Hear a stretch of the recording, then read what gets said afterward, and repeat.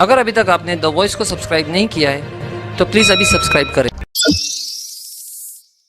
Galaxy decor complete home solution Thane district का सबसे बड़ा शोरूम, जहां आपको मिलेगा plywood, Sunmica, wallpaper, charcoal, showpiece, artifacts, veneers, hardware, mattress, curtain, sofa set, wooden flooring, PVC sheet, solid surface, main door जाली और भी बहुत कुछ। 2000 से भी ज्यादा lamination display with latest design, best in quality, unique style, a complete home solution under one roof. एक बार जरूर विजिट कीजिए Galaxy decor at Madre compound opposite Aadesh tower near Shankar dyeing, Narpoli, Bhiwandi. दोस्तों, भिवंडी शहर पावरलूम की धड़कनों से धड़कता है, लेकिन शहर की धड़कन धीरे धीरे कम होती नजर आ रही है, जिसका एक बहुत बड़ा कारण सरकार की टेक्सटाइल इंडस्ट्री को लेकर गलत नीतियां भी है। हाल ही में महाराष्ट्र सरकार ने ऐलान किया था कि जो बुनकर सरकार के पास रजिस्टर्ड नहीं है उनकी सब्सिडी रद्द कर दी जाएगी, जिस पर कई महीनों से विवाद चल रहा है। लेकिन आखिरकार महाविकास आघाड़ी सरकार ने इस विवाद में बुनकरों का पक्ष रखते हुए असेंबली सेशन में महाराष्ट्र के डिप्टी चीफ मिनिस्टर और राष्ट्रवादी कांग्रेस पार्टी के सीनियर लीडर अजीत दादा पवार ने यह ऐलान किया है कि बुनकरों को मिलने वाली सब्सिडी बंद नहीं होगी और सरकार MSDL को सब्सिडी का भुगतान करेगी। इसके बाद राष्ट्रवादी कांग्रेस पार्टी के भिवंडी अध्यक्ष शोएब गुड्डू खान ने प्रेस से बात करते हुए इस मामले में पूरी जानकारी दी। शोएब भाई, जानकारी देंगे आज की पत्रकार परिषद किस विषय को लेकर है? देखिए, मैं आपके चैनल के माध्यम से भिवंडी शहर की आवाम को एक संदेश देना चाहता हूं। कुछ दिनों से भिवंडी शहर में बुनकर समाज के लोग, चाहे लूम मालिक हों, चाहे मजदूर भाई हों, पूरे शहर में एक मायूसी सी छाई हुई है। 1 मार्च को एक निर्णय आया, पावरलूम पे, इंडस्ट्री पे, सबके ऊपर जो भी सब्सिडी दी जा रही थी वो ख़त्म की जा रही है। एक शहर में बहुत ही वातावरण ख़राब हो रहा था। लोग बहुत ही सोच में पड़ गए कि अगर सब्सिडी ख़त्म की जाएगी, 24 टन की बिल 40,000 रुपये आती है, वो अब 80,000 90,000 रुपये बिल आएगी। और वैसे ही हमारे भिवंडी शहर में लगभग 9 से 10 लाख पावर लूम थे और आज 5 से 6 लाख लूम बचे हुए हैं, जिसके अंदर आधे से ज़्यादा पावर लूम बंद पड़े हुए हैं। पहले से ही जो सब्सिडी देने के बाद भी पावर बिल भर नहीं पा रहे हैं। तो सब्सिडी अगर हटा दी जाएगी तो पावर बिल कहाँ से भरेंगे? तो लूम में पूरा ताला लगने का मामला आ गया था।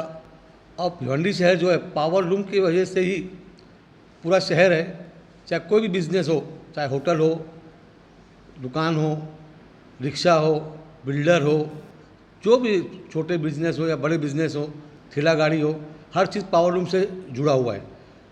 तो ये बहुत दुख की बात थी। तो हमने जितने अवार्ड साहब से जाके मुलाकात की, जयंत पाटिल साहब से जाके मुलाकात की और उनको हमने बताया कि फरवरी महीने में असलम शेख साहब जो पावरलूम के मंत्री हैं, उन्होंने 27 HP के ऊपर सब्सिडी जो ख़त्म की गई थी वो दी जाएगी। लेकिन 1 मार्च को निर्णय ऐसा आता है 27 HP के ऊपर भी और 27 HP के नीचे भी जो पावर लूम है सब्सिडी ख़त्म की जा रही है। तो ये पूरे शहर का बहुत बड़ा मामला है और खाली भिवंडी नहीं, पूरे महाराष्ट्र के अंदर जहाँ जहाँ पावर लूम है, मालेगांव, इचलकरंजी जी, सब रोड पे आ जाएंगे और वातावरण बहुत ख़राब हो जाएगा। तो अवार्ड साहब ने कहा बेफिक्र रहिए, हम अजीत दादा पवार साहब से बात करते हैं और टेक्सटाइल मिनिस्टर से बात करते हैं, क्या मामला है, मामले को समझ के हम इसका निर्णय लेंगे। उसके बाद अजीत दादा पवार साहब से बातचीत हुई, हमसे भी बात करवाई गई। अजीत दादा पवार साहब ने कहा सब्सिडी ख़त्म नहीं की गई है, ठीक है, बजट की वजह से कुछ मंत्रालय में फाइनेंस में जो पोजीशन थोड़ा ख़राब है, पैसा ना होने की वजह से जो सब्सिडी हर महीने की दी जाती थी इस महीने की नहीं दी गई है।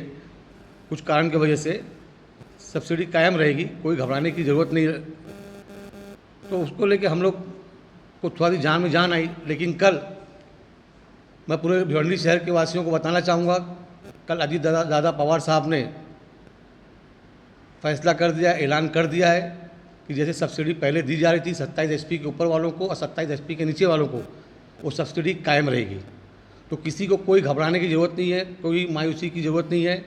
ऊपर वाले की मेहरबानी है, जैसा आप लोग चाहते थे, शहर वाले चाहते थे, वैसा ही हुआ है और बहुत जल्द ऑन पेपर भी सब ऑन रिकॉर्ड आ जाएगा। और मैं इतना कहना चाहूँगा, जो इंसान काम करता है आप उनकी भी तारीफ़ करो, उनके बारे में बताओ। फरवरी महीने में जब असलम शेख साहब ने डिक्लेयर किया था 27 एसपी के ऊपर वाले मामले को लेकर, तो यहाँ के कुछ कांग्रेसियों ने खाली होर्डिंग और बयानबाजी चल रही थी, असलम शेख साहब ने किया, असलम शेख साहब ने किया, गलत। जब ये मामला उस वक्त चल रहा था, उस वक्त हम कुछ नगर सेवक के साथ में जाके, जितेंद्र अवार साहब के साथ में जाके हम अजीत दादा पवार साहब से उस वक्त भी मुलाकात की थी और 27 एसपी के ऊपर जो सब्सिडी हटाई गई है उसको लागू किया जाए, उसके लिए हमने विनती की थी और उन्होंने हमको वादा किया था होएगा, और वो हुआ भी था।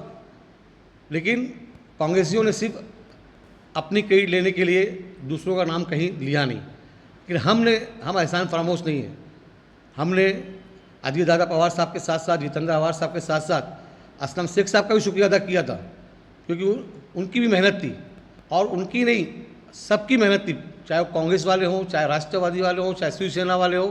और खाली भिवंडी का मसला नहीं था, पूरे मालेगांव का मसला था, ईचागंजी का मसला था, धुलिया का मसला था, जहाँ जहाँ पावर लूम के सबका मसला था, तो उसमें सबका रोल था। और उस वक्त भी मैंने कहा था, आज भी करता हूँ कि फाइनेंस मिनिस्टर का ही सबसे बड़ा रोल होता है। जब फाइनेंस मिनिस्टर पैसा ही नहीं देगा तो आपका काम आगे बढ़ेगा कहाँ। इसमें सबसे बड़ा रोल मैंने उस वक्त भी कहा था, आज भी कह रहा हूँ कि अजीत दादा पवार साहब का हम लोग तहे दिल से शुक्रिया अदा करते हैं। और ये भिवंडी वासियों के लिए, बुनकरों के लिए एक बहुत बड़ी खुशखबरी है। और इंशाल्लाह आने वाले वक्त में भी जो भी पावर लूम के ताल्लुक से मसले मसाइल रहेंगे, राष्ट्रवादी पार्टी उसके लिए लड़ाई लड़ेगी। इससे पहले 27 एसपी के ऊपर, पावर लूम के ऊपर जो सब्सिडी वापस देने की बात हुई थी, तो उस वक्त कांग्रेस के अध्यक्ष घुमा फिरा के इंटरव्यू सिर्फ अपनी ही क्रेडिट लेने के चक्कर में पड़े हुए थे। लेकिन खुशी इस बात की हुई, सच्चाई सामने आती है। अभी मैंने 2 इंटरव्यू उनका देखा, जब 27 एसपी के ऊपर और 27 एसपी के नीचे जब सब्सिडी हटा दी गई, तब उनके अक्ल ठिकाने आई है। तो उन्होंने इंटरव्यू में कहा कि हम अजीत दादा पवार साहब से भी मिले, उनसे भी बात की, नाना पटोले साहब ने अजीत दादा पवार साहब से बात की, मेन फाइनेंस मिनिस्टर के हाथ में है। तो आखिर तुम ये कबूले कि फाइनेंस मिनिस्टर के हाथ में है, तो ये शुरू में आप बोल दिए होते कि भाई फाइनेंस मिनिस्टर ही मेन है, तब तो आप फाइनेंस मिनिस्टर का नाम ही नहीं ले रहे थे अजीत दादा पवार साहब का। तो कभी भी जो सच्चाई है, सच्चाई बोलने की कोशिश कीजिए। हम तो जो काम किया हम लोग उसकी तारीफ़ करते हैं, कोई भी पार्टी का हो। और हमने यहाँ तक कि जितेंद्र अवार साहब से कह के आ गए थे और जयंत पाटिल साहब से, अगर ये 27 एसपी के ऊपर और 27 एसपी के नीचे सब्सिडी हटा दी गई तो हम लोग रोड पे उतर जाएंगे और हमको भिवंडी से मंत्रालय तक पैदल भी आना पड़ेगा। चाहे हमारी पार्टी की तरफ से हमारी आवाम के लिए, बुनकरों के लिए हमको जो कुर्बानी देनी पड़ेगी हम वो करने को तैयार हैं। लेकिन वो नौबत आई नहीं है और इंशाल्लाह अच्छा ही हल होगा। लेकिन अफसोस इस बात का भी है कि जो बजट चल रहा है, जो एनर्जी मिनिस्टर कांग्रेस के हैं, जिस हिसाब से उनको रिलीफ देना चाहिए बिलों के पावर रेट्स के अंदर, इसके अंदर वो रिलीफ हमको कहीं ना कहीं मिल नहीं रही है। क्योंकि ये लड़ाई हम बहुत दिनों से ये भी लड़ रहे हैं कि जो MSCB के टाइम का बकाया बिल है वो माफ़ किया जाए, नहीं तो कम से कम उस टाइम का इंटरेस्ट है वो फुल माफ़ कर दिया जाए। तो वो भी नहीं हो रहा है।